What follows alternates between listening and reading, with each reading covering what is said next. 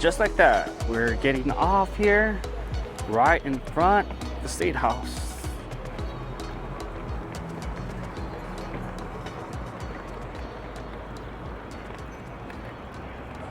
It is getting kind of late though, so we're gonna head off to our Airbnb first. And hello there, my friends, and welcome to another Zeus adventure. We just arrived, got my parents back here, got the State House back there. Ready to go check in on our Airbnb. It's a little humid out here, but it's all right. Still wearing my sweater. All right, so I'm gonna put the camera away because I can't carry all this equipment and roll my suitcases down these streets right here. It's about to be 8 p.m. We got it all unpacked. Walking down our little alley where our Airbnb is at. Right here next to the Old North Church. We're gonna walk around, try to find something to eat.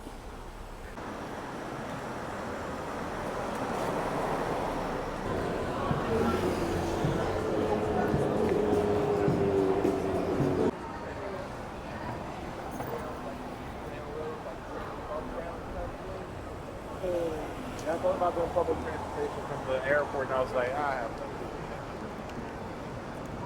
All right, so we left Little Italy because it's a little bit too fancy for this moment. We're just trying to grab a quick bite.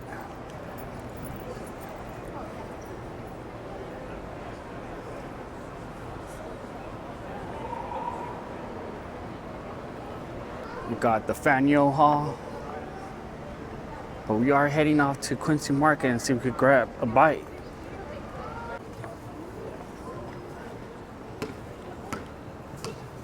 Guys, it is a little bit humid. I am still wearing my sweater. I didn't get a chance to iron because we were running out of time to come grab a bite. Hopefully we did make it here.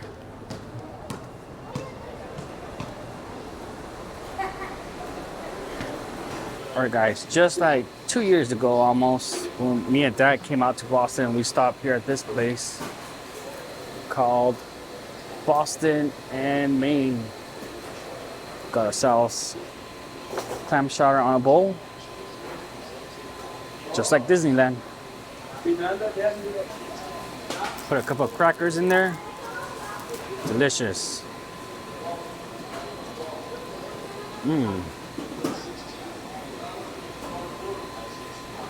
What about the Tabasco?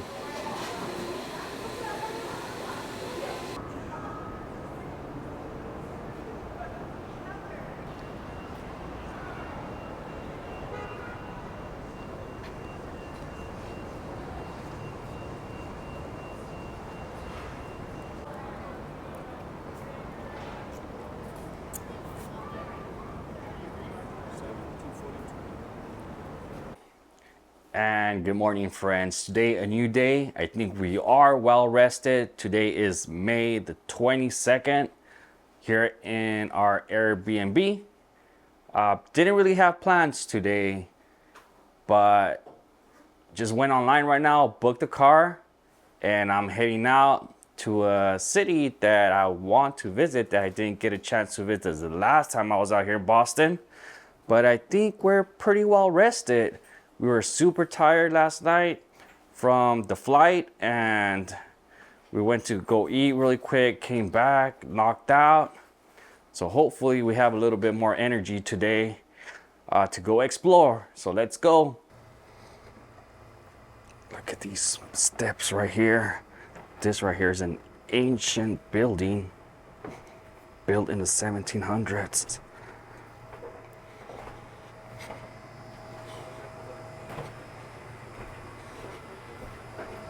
The cool thing about our Airbnb is that we are right outside the Old North Church right here, which I think I mentioned yesterday.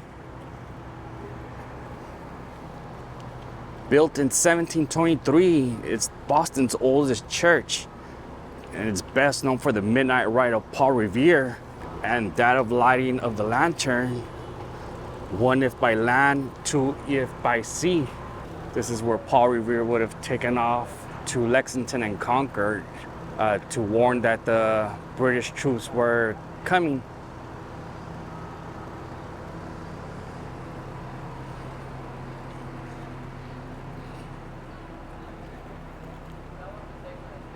So just because I'm right here next to it, I hope it doesn't happen like when I was in Italy, where I was right next to the Trevi Fountain and I didn't get to visit. Hopefully I do make time towards the end of this trip. But right now I gotta head off because I did make a car reservation, which was not planned. I got about 20 minutes to get there, so we'll see you. We'll walk here through Little Italy in Old North area, or what they call here is the North End. Really colonial, historic area right here.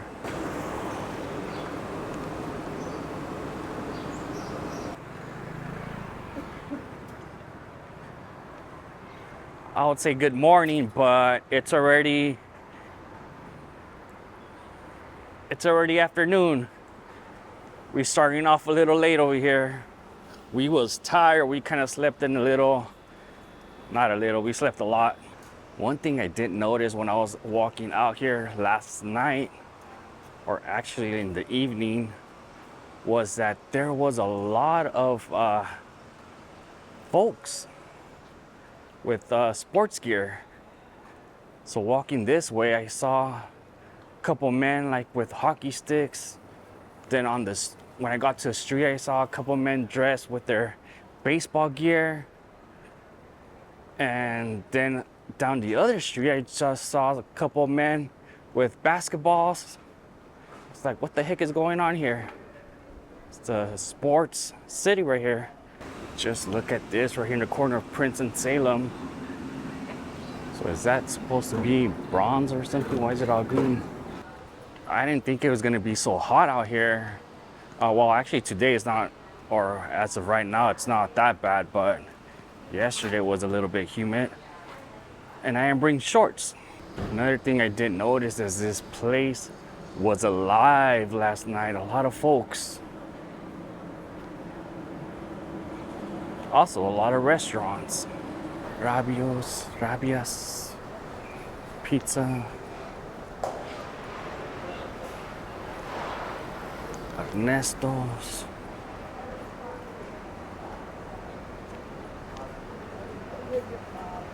Lobster.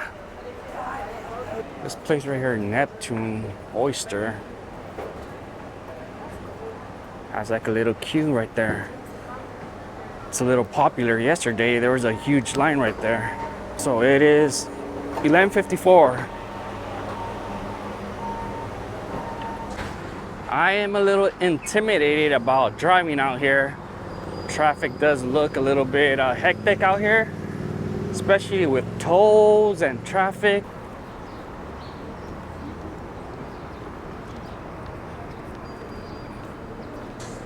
All right, so after picking up our car, there is two places I do want to visit, which the first one will be where John Adams and Quincy Adams is buried.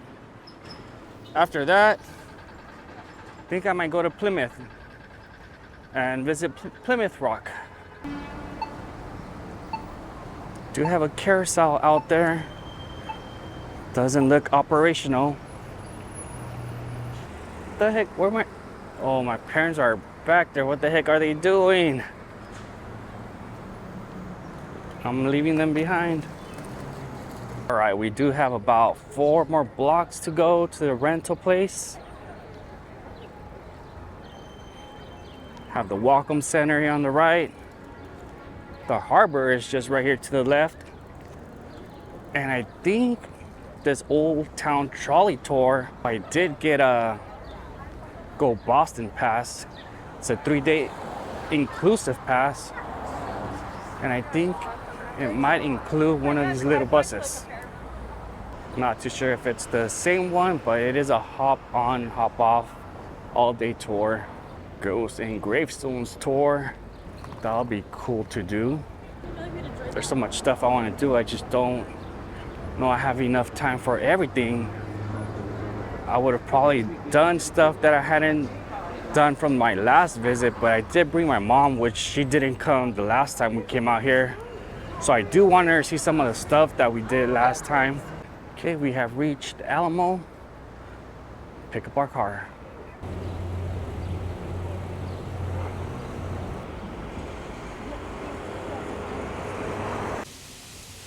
(1625) Church of the Presidents, built in 1828.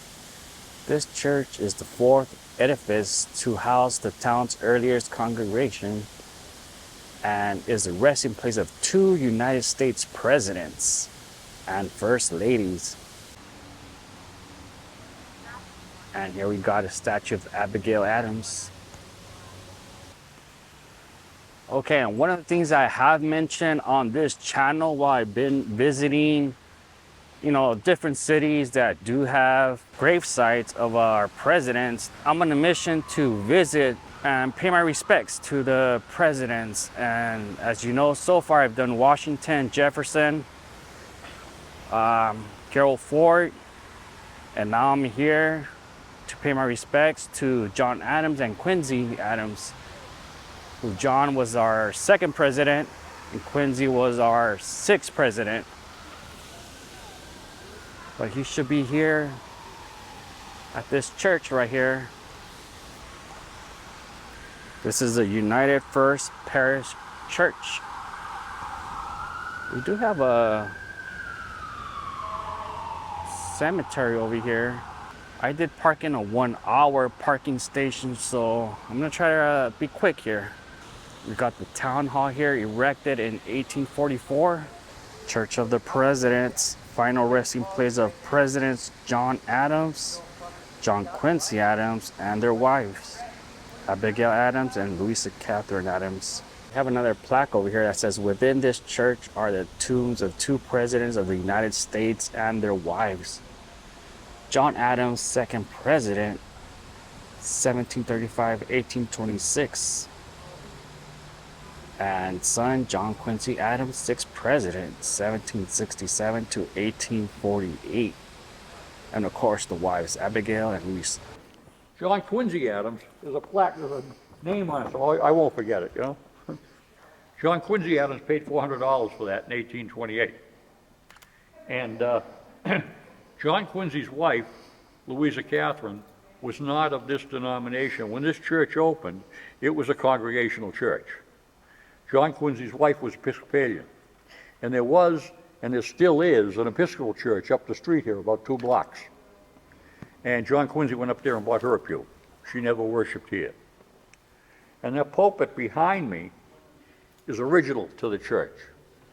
It's Honduras mahogany. It has never been stained or varnished. So that's the original finish on it. And it's been here since, 1828, 196 years. This plaque was written by John Quincy Adams. And of course, it's a memorial to his parents, John and Abigail. And that plaque was put up there in 1828 when the church opened. And the line I like under John Adams' name, it says he pledged his life, fortune, and sacred honor to the independence of his country.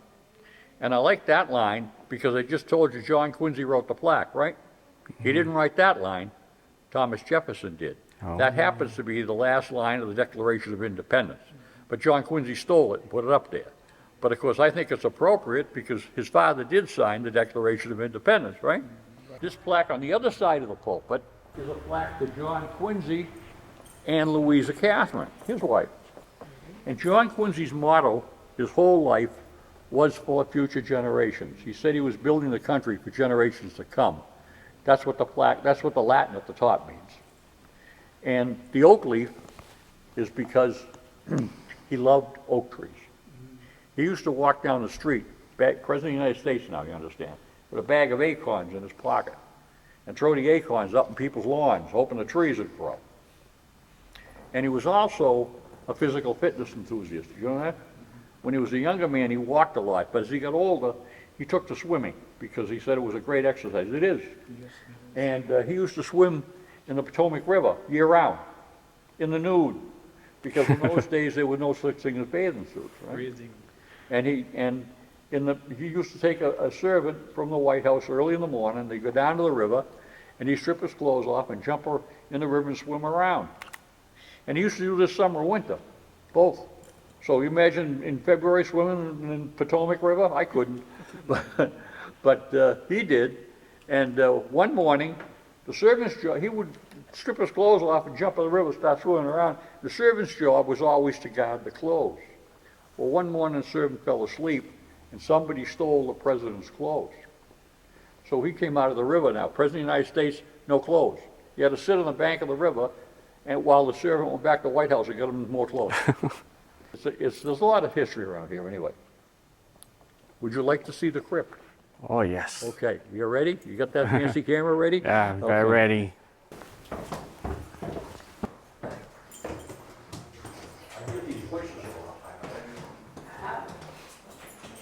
you've got to slide in there so you can see this thing. Okay. You take a picture of us right here with the bullet holes in them. Now, before you go in, this is all Quincy granite. It'll leave a mark, so keep your head down, please.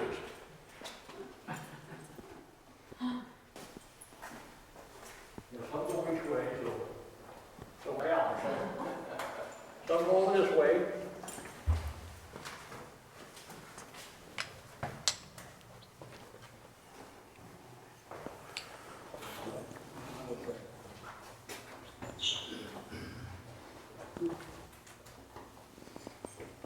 You're in a very unusual presidential grave site because this is the only presidential grave site that has 2 presidents and 2 first ladies buried together. The only other president, as a matter of fact, buried in the church is Woodrow Wilson. He's buried in the National Cathedral in Washington, D.C. What happened, Abigail died in 1818, and she was buried across the way in the Hancock Cemetery. And of course, John Adams died July the 4th, 1826, same day as Thomas Jefferson, right? And of course, they buried John next to Abby. And then about 2 months after his funeral, John Quincy Adams wrote a letter to the people constructing this church. They had just started construction at that point, requesting that his parents be buried here. He said he wanted to create a crypt lacking ostentatiousness, made of the stone of his hometown, is the way he put it. Quincy granite. So of course the church is all Quincy granite. All these sarcophaguses are Quincy granite. And lacking ostentatiousness, you can't get much simpler than just the names, right? There's no mention of President of the United States, or birth dates, or death dates, or First Lady, birthday, nothing, just the names. So the church said, great idea. So they reserved this crypt for John Quincy Adams, which the crypt's about 14 foot square. And on April 1st, 1828, John Quincy Adams moved the caskets from the cemetery, put his parents in here. And then he died in 1848, and you got somebody else coming in? Somebody's knocking. He died in 1848, and of course he was buried across the way in the Hancock Cemetery. The flags are different because there's 15 stars on that flag, 24 stars on John Quincy's flag, but there's another difference. There's 15 stripes on this flag. And we all know there's how many stripes in the American flag? 13. 13, right. Why 15? Because when they started the country, every time they'd add a state, they'd add both a stripe and a star to the flag. So the first 2 states that joined were Kentucky and Vermont. So you had 13 colonies plus 2 is 15. You get 15 stripes and 15 stars. But then somebody said, wait a minute, time out. We got a lot of land, we're gonna have a lot more states. We keep adding the stripes, the flag's gonna be so wide we'll be able to fly it, right? So they put a resolution through Congress saying they wanted to stick to the 13 stripes. And they would add a star for every new state that came in. So if you look at John Quincy's flag, there's only 13 stripes in it. There's 24 stars because when he was president, 24 states. All right, this is the actual size of John Adams right here. Look at how short he would have been. Any lady that comes through. Okay, so really nice guy, John, in there. So we had walked in earlier and he was, would you guys like a tour? And we accepted the tour. He talked a little bit about the history in the church. We're gonna check out this cemetery right here. This mortal shall put on immortality. This is the Hancock Cemetery, set apart soon after 1640. Here lie buried the early settlers of the town, the first minister, the first teacher, Rev. John Hancock, from who this place is named, father of the patriot Henry Adams and other ancestors of John Adams. Josiah Quincy, patriot and other members of the Quincy family. 69 Revolutionary War soldiers are interred here. Okay, and we do have a plaque here remembering those who fought in the Revolution of 1775 to 1783.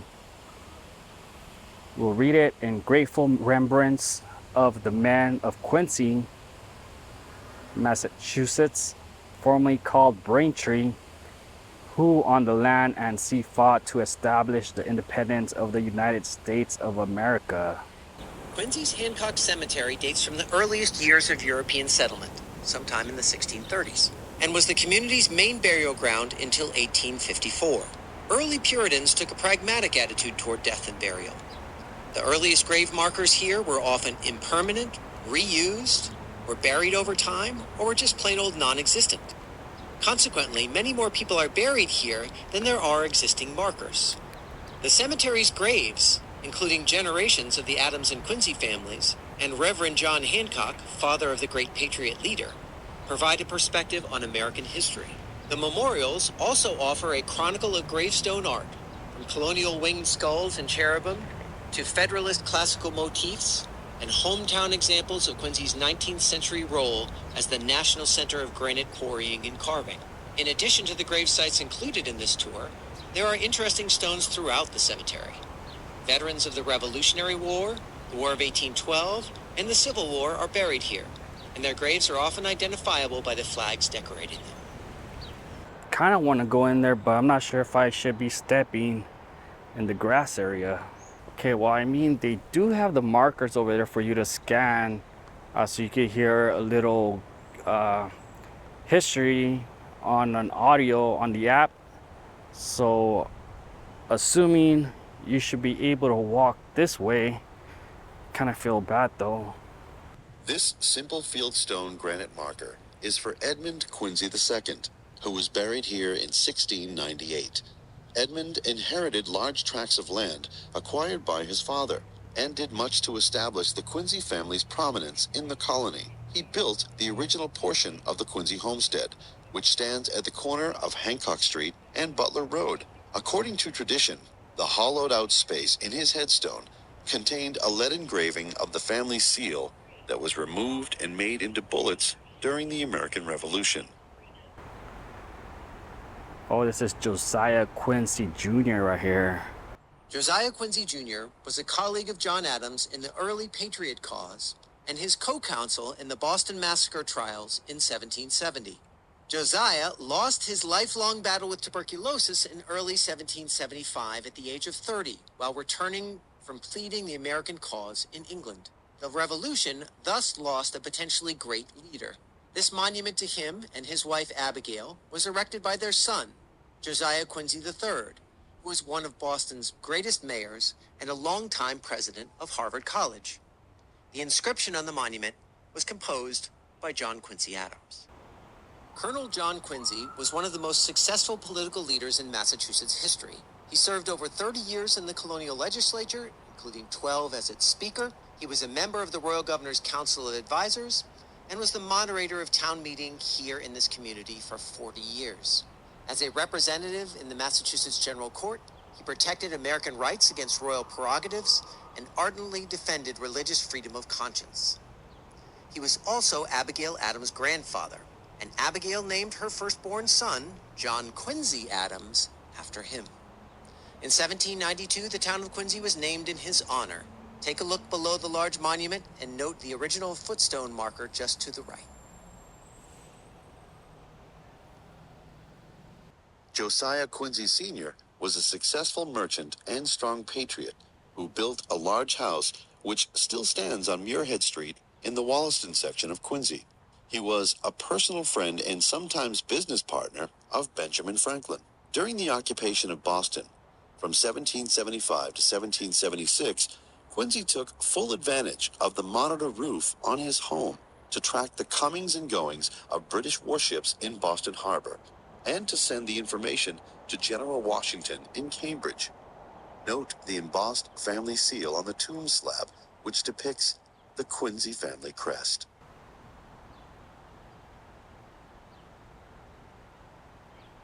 Can I do apologize for walking in the cemetery on top of these graves, but had to do it to capture the audio guide. And finally we got the crypt, the old crypt of the Adams family, which John Adams, his wife, John Quincy Adams, his wife, used to be here. But they did get moved over there to the church right next door, and the crypt that we just saw earlier. But this is it. This is it for Quincy.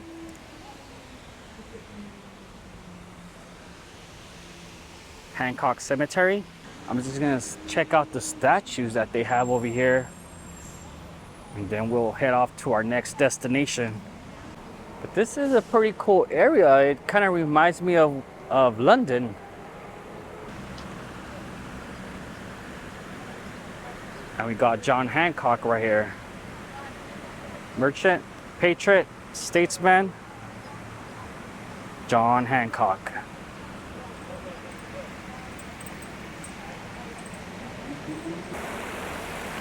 Yeah, guys, a really neat place to come visit. Quincy. Last time I was out here in Boston, so I didn't get a chance to come out here, but this time I got the courage to rent a car and come out here, even though I think you could take the tram over here or the subway. But the reason I did get the rental is because I want to go to Plymouth. So we're gonna check out one more statue over here and then we'll head out. And by the way, to do tours of the Adams crypt, it's actually free, kind of. They do accept donations, which I highly recommend you do leave a good donation. They're really nice in there, super nice.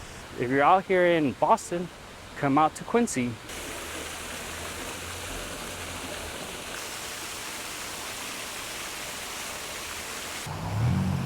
And the next statue to visit, John Adams himself. Farmer, architect of the American independence, statesman, John Adams. October 30, 1735, July 4th, 1826. Second President of the United States, 1797-1801. First Vice President of the United States, 1789-1797. That was to George Washington.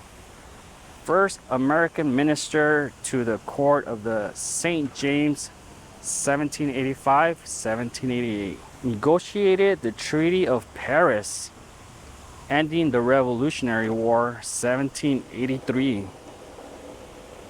Principal author of the Massachusetts Constitution, 1780. Co-author of the Declaration of the Independence, 1776.